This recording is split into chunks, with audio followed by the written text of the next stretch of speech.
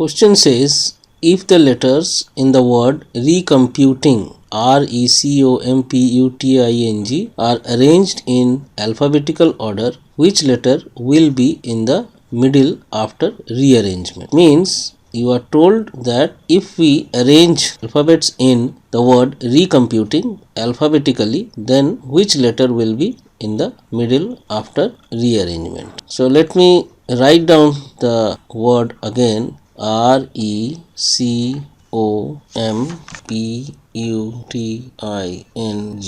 recomputing. First of all, we see that no alphabet is repeated over here. So what, and let me tell you that such type of questions are very common in Olympiads and other exams, the exams taken by certain big coaching centers like Fiji and Allen. So first of all, what will we do? The word recomputing. In the word recomputing, we will arrange the letters in alphabetical order. So A, B, C. So I can see over here that C will be the first letter. If we arrange in alphabetical order, I will cross the letter which I will take over here where I am going to arrange in alphabetical order. So I will arrange it over here. So C comes first, C, D, E. So E is also there. So E comes next. E, F is not there. G is there. So G comes over here. H, I comes over here. J, K, L, M. So M is there.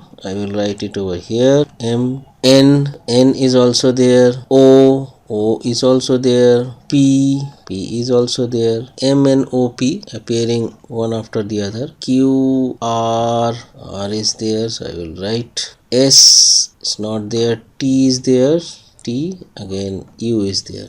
So we can see that we have taken all the letters from the word recomputing. So how many letters are there? 1, 2, 3, 4, 5, 6, 7, 8, 9, 10, 11. So if there are 11 letters, then definitely to find out the middle, we can think it logically that the middle one will have 5 letters on the left and 5 letters on the right. So let us count 1, 2, 3, 4, 5. So these are the 5 letters, and on the right hand side we have 1, 2, 3, 4, 5. 5 letters to the right and 5 letters to the left after rearrangement, and then we can see that this N is in the middle after rearrangement. So the correct answer is option B, which is N. Dear little friends, I have taken a lot of time to make you to solve this question so that you understand it well.